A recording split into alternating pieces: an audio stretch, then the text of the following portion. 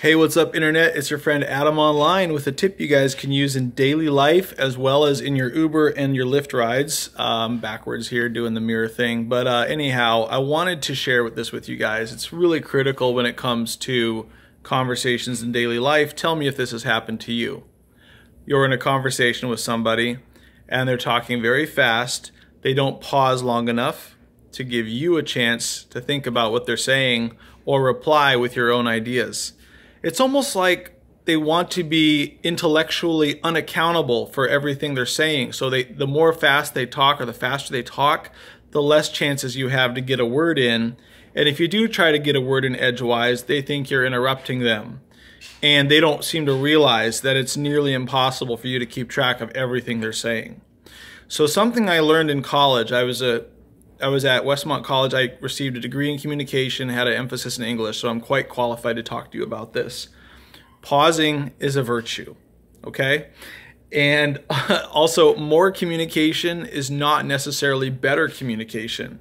So something you'll learn as you start to do this is you'll see how little other people pause sometimes. And if you do find a friend to have an intellectual or philosophical conversation with, and they do pause to give you a chance to think, wow, that's a gift. Now let's relate this to Uber and Lyft rides and your ratings. Perhaps you're a low-rated driver, maybe you're 4.8 or less. Something to think about is, are you talking too much to your customers? Or maybe not enough, but chances are you might be talking too much. I've gotten into a few rides where I've been taking recently about 5 to 10 Uber rides a day on average. And some drivers, it's rare, I would say like maybe 2 out of 10, they talk and they won't shut up. This has become a pet peeve for many passengers. You may not realize you're doing it. You may think you have lots of valuable stuff to talk about.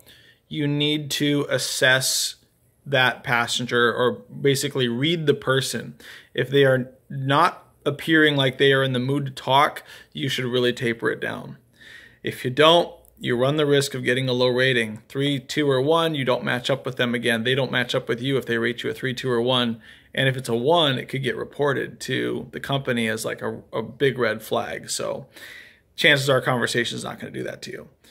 But you also don't want to be talking so much that you take your focus off of the road and the other vehicles and put your safety at risk, okay? So don't forget to pause, just like I'm doing in this video. We're probably not used to that in daily life, but there's a lot of value in it. You give time for your words to sink in, time for them to bounce back so you hear what you're saying. And this is a real important skill, I would say critical. And I'm learning it myself. Many people don't do it.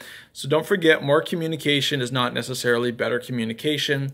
If your guest or your customer, or whoever you're talking to, doesn't want to talk, let's think about passengers in your car as relates to rideshare driving. They don't want to talk, but you have something critical, important you want to tell them. Make it short and sweet. Don't overdo it. And I think that's a great tip for you guys. You should definitely subscribe to the channel for more wit and wisdom, great communication, and great conversations we're going to have here.